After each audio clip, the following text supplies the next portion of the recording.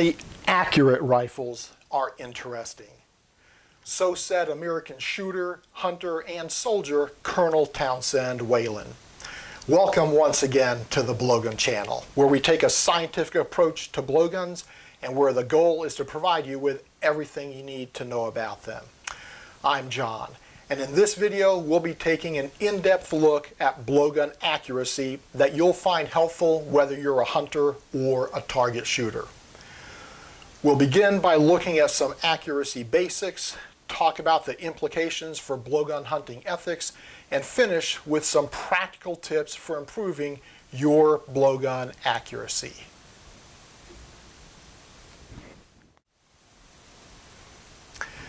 Accuracy is how close and how consistently your shots are to the point of aim. Let's start with an official United States Blowgun Association 10-meter blowgun target. This is an official National Rifle Association 10-meter air rifle target. Let's flip these over and compare just the bullseyes of these two targets. Right here, as we begin, is 90% of what you need to know about blowgun accuracy. Blowguns are just not very accurate. Now let's flip our targets back over and take another look. You can see that just the blowgun bullseye covers the entire 10-meter air rifle target. Now let's turn this topic around and look at it from the opposite direction. So what other target has the same size bullseye as our 10-meter blowgun target? Would you believe an official National Rifle Association 200-yard rifle target? 200 yards, that's 2 football fields. Again, compared to other weapons that you're already familiar with, blowguns are just not very accurate, especially considering the very short range of 10 yards we'll be discussing. This has some serious implications for our next topic of blowgun hunting ethics. And here, finally, we arrive at a topic that I've postponed for a long time. As we begin our look at hunting ethics, join me on an imaginary bow hunting trip.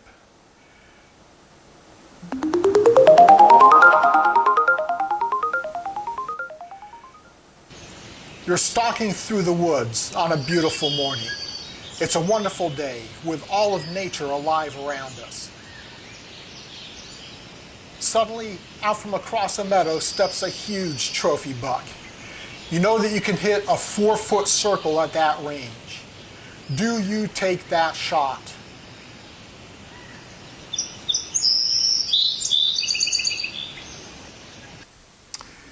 If you've taken your mandatory hunter ed class, then you already know that the long established answer to that question is an absolute no. You should only shoot when you know you can hit the vital zone on your quarry, necessary for a humane kill. That's a principle that applies no matter the size of the target. So what does this mean for what you should hunt and how far away you should hunt it with a blowgun? Sun Tzu, the great Chinese general, declared in his classic military textbook, The Art of War, if you know the enemy and you know yourself, you will always be victorious. Knowing yourself means knowing your own abilities and knowing the capabilities and the limitations of your weapon. But knowing yourself is really hard.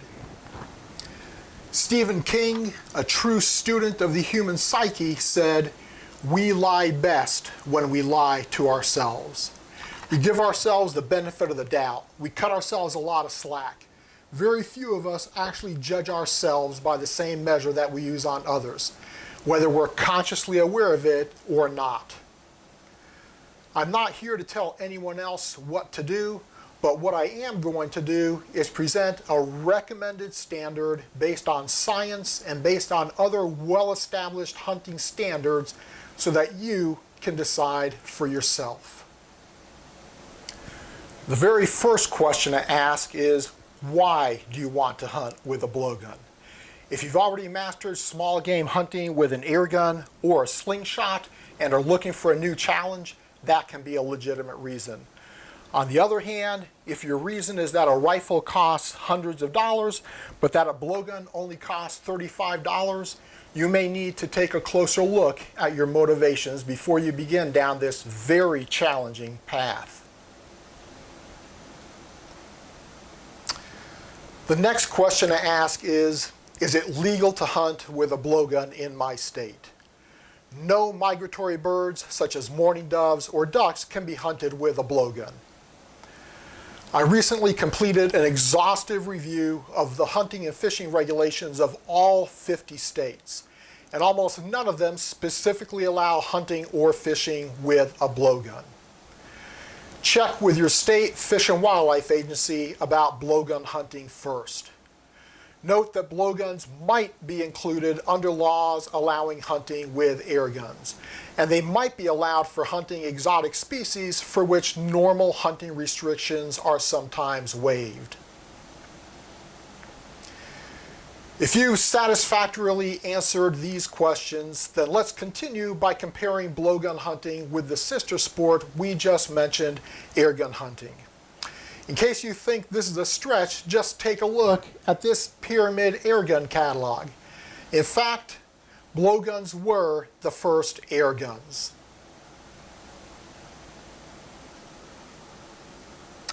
Hunting standards are very well established for airguns.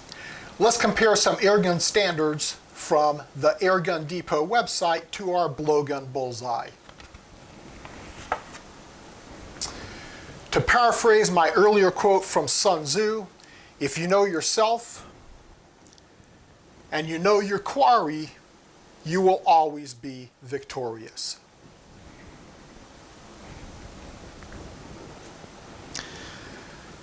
For a small house sparrow size or starling target, you need to be able to hit a half-inch vital zone at the range you're shooting from.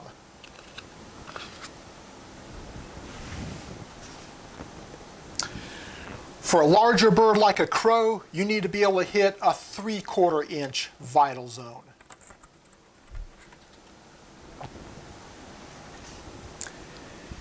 Even for a really big bird like a turkey, you're still aiming at a 1-inch vital zone, less than half the size of that blowgun bullseye.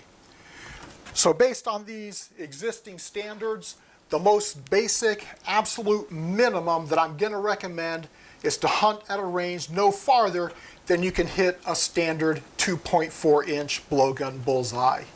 This is an incredibly generous benchmark compared to established airgun hunting standards. This may mean dropping your hunting from 10 yards to 7 or 8 yards, but if you're hunting with a blowgun because of the challenge, that certainly is more challenging. Very few people that I'm aware of can hit that bullseye at 10 yards with every shot, and I'm certainly not one of them. But even if you're the best blowgun shot in the world, there's still a couple more factors you need to consider when deciding how far to hunt with a blowgun. You may have already seen from my blowgun hunting ballistics video that blowguns shoot slower than any other modern hunting weapon.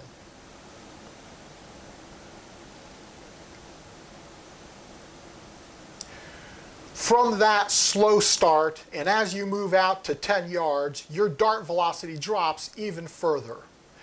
My ballistics coefficient testing found that at the 10-yard mark, the popular razor-tip broadhead drops from 121 feet per second to only 103 feet per second, equal to the ground speed of a land mammal.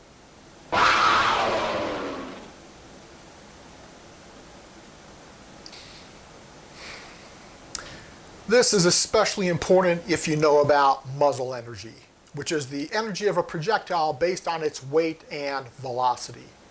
Going back to our recent air gun comparison, the muzzle energy recommended for all the targets we mentioned, including the house sparrow, crow, and wild turkey, is a minimum of 11 foot-pounds. That's more than 4.5 times more energy than the razor tip broadhead actually has at the muzzle. At 10 yards, that drops to only 1.7 foot-pounds, 1/6 of the recommended projectile energy. Also notice on this chart that as you move up from birds to squirrels and rabbits and then up to raccoons and possums, the minimum recommended muzzle energy jumps to 25 foot-pounds, 15 times more energy than the razor tip broadhead generates at 10 yards. This is another reason to hunt at shorter rather than maximum ranges, even if you're hitting your target. Lastly, let's get some professional advice on this topic from the only field outside hunting where blowguns are actually used professionally: wildlife management and conservation and veterinary use.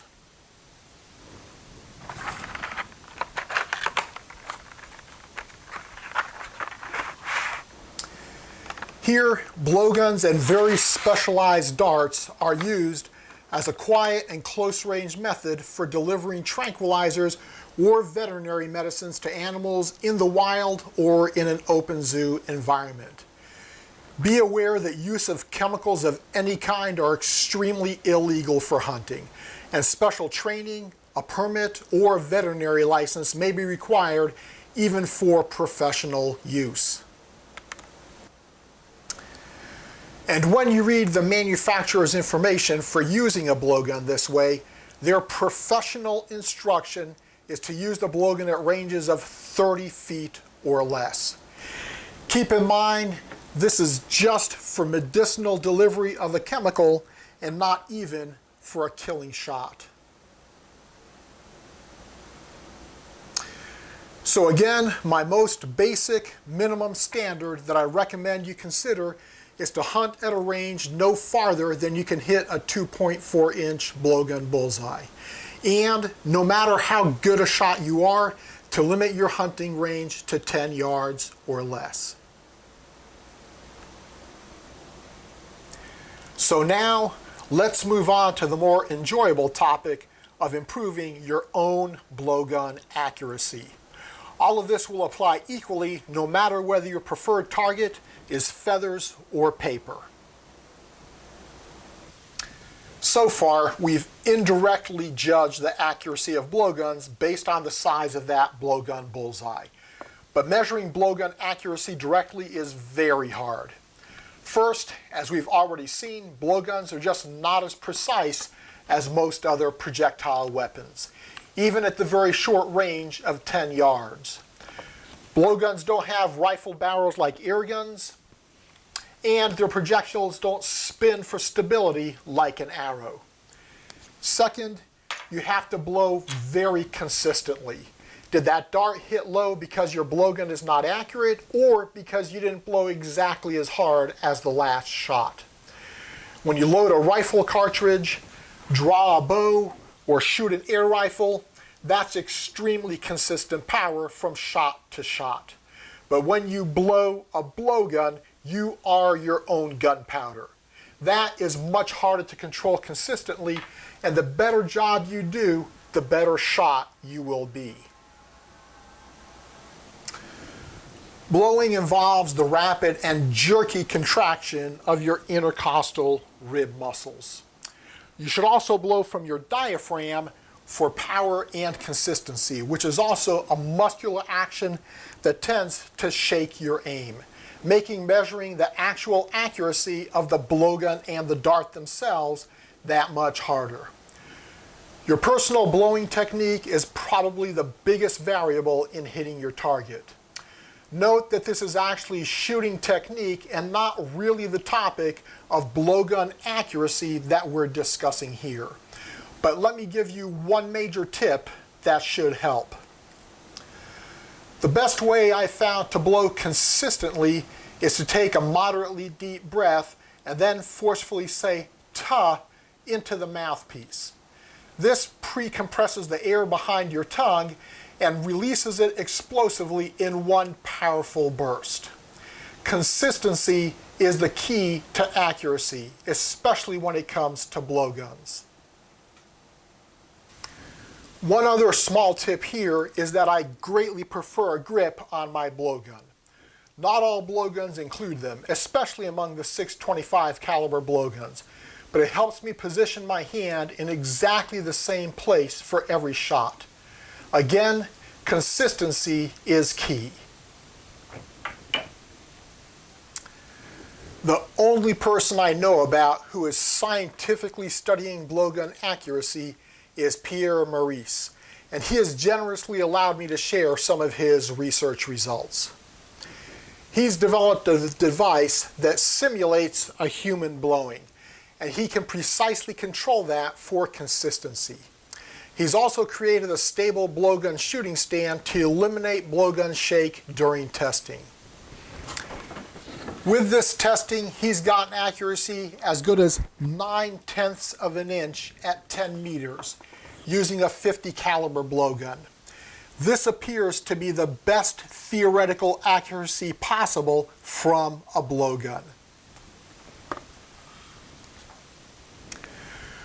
Once you add in the variables of blowing inconsistency, hand holding that blowgun, muscle shake from the action of blowing, and the possible effects of wind on a very slow-moving projectile, you begin to understand the true challenge of shooting a blowgun accurately and precisely measuring that accuracy. So what can you do to improve your blowgun's accuracy?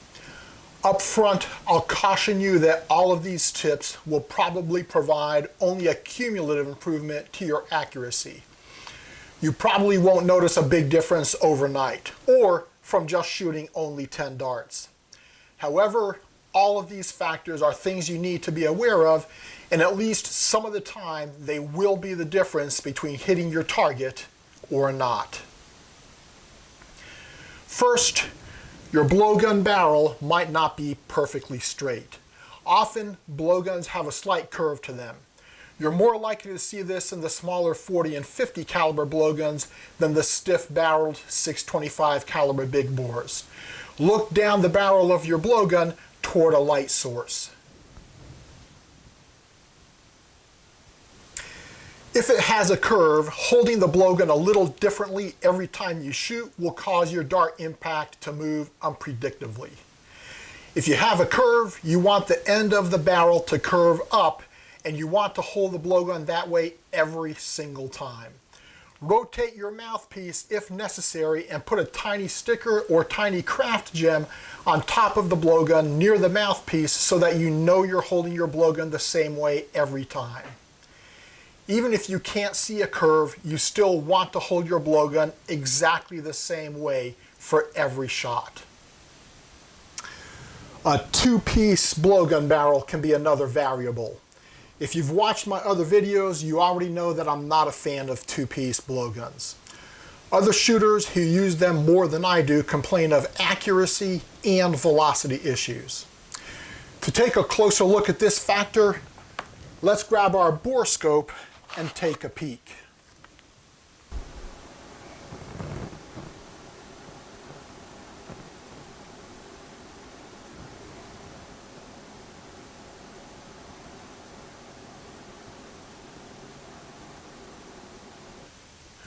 Okay, here we're traveling down the barrel of a two-piece .625 caliber Tim Wells Slockmaster blowgun. Except for the color and accessories, the barrel is identical to the Cold Steel 5-foot two-piece big bore blowgun. We're now approaching the mid-barrel connection.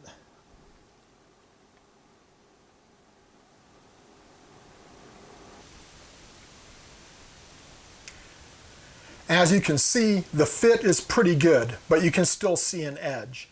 The precise fit and smoothness of this connection can vary from one blowgun to the next.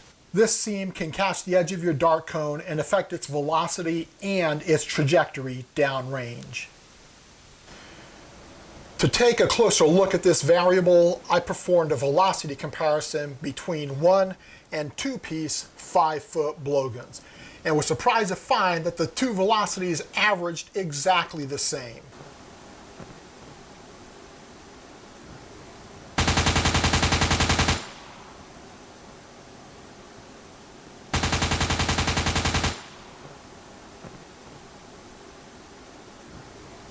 However, this average is deceptive because it only shows the middle, not the spread. When I compared the velocity spread between the 2-piece blowgun and the 1-piece blowgun, I found that the 2-piece blowgun had a wider variation. The more variation, the more difficult it will be to maintain the same accuracy from shot to shot. Clearly, 1-piece blowguns are more consistent and will be more accurate. If you have a cold steel or Timwell Slockmaster 2-piece blowgun and can hear the dart hitting the connection when you shoot, rotate your mouthpiece 45 degrees at a time until the impact is minimized or disappears. Second, dart cone fit is a factor. You can test the snugness of your dart cone fit by how long it takes to drop down the barrel of your blowgun. Do this with no dart shaft attached so that the cone drops slowly enough to measure. 1, 2.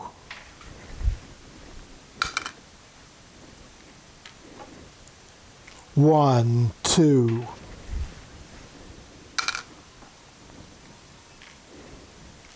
1.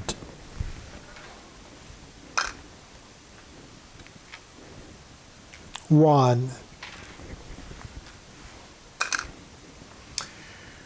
You should select the dart cones with the tightest fit and the slowest drop speed, ideally ending up with a set of nearly identical dart cones. Third, check your dart shaft straightness. You can do this by rolling the shaft of the dart on a smooth acrylic or glass block.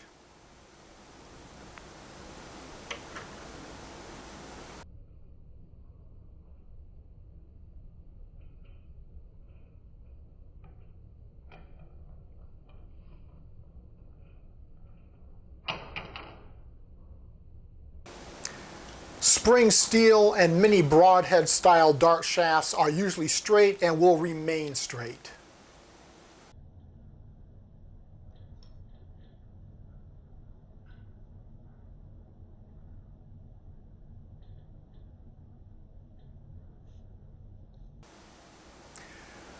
The razor tip broadhead and similar broadhead darts usually start off straight but can get bent with use.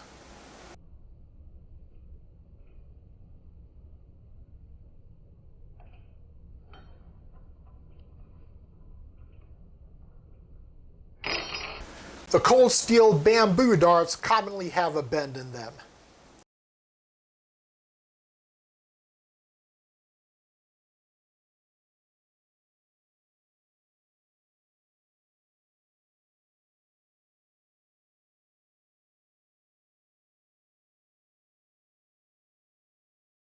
For this reason, I greatly prefer the thicker pine dart shafts that are hard to find but also available.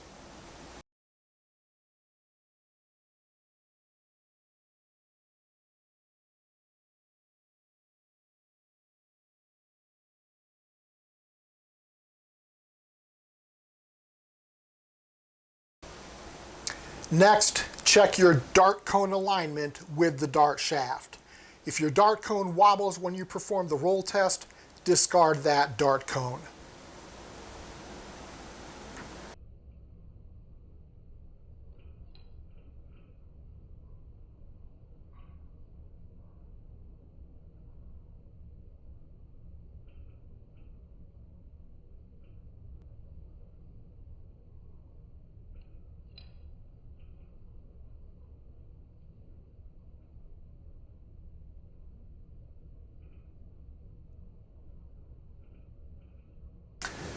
Some dart types, especially the 625 caliber darts, come pre-assembled. But when assembling darts myself, I use a pair of needle nose pliers with serrated jaws. The grooves hold the dart shaft straight up and down and keep it from twisting off center when I insert it into the cone.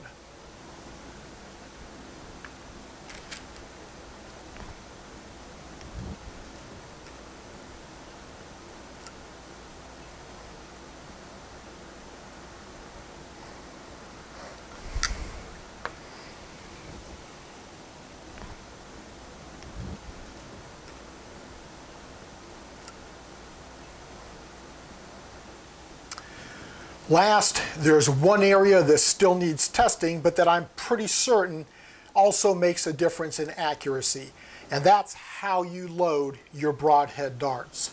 You probably want to load them with the blade horizontal because you're much more likely to encounter horizontal wind rather than vertical updrafts or downdrafts in that short 10 yards. If you shoot broadheads, this is one more accuracy factor to pay attention to. After all this, be aware that even though all these darts may look identical to you, there may be small differences between them. One extremely interesting trend that Pierre Maurice discovered in his precision accuracy testing is that individual darts tend to cluster to the same place when shot. This is absolutely extraordinary and proves how very small differences between one dart and the next can consistently and repeatedly affect their accuracy. No one could have ever discovered such a subtle relationship shooting a blowgun by hand. For that reason, if you unexpectedly miss with a dart when practicing, mark that dart cone with a small dot. If you miss with that dart repeatedly, discard it. So as we wrap up this video, that's what blowgun accuracy is all about. Some implications for blowgun hunting ethics and some specific tips for helping you get the most accuracy from your blowgun and your darts to become a better shot. If you learned at least one new thing, please click that like button.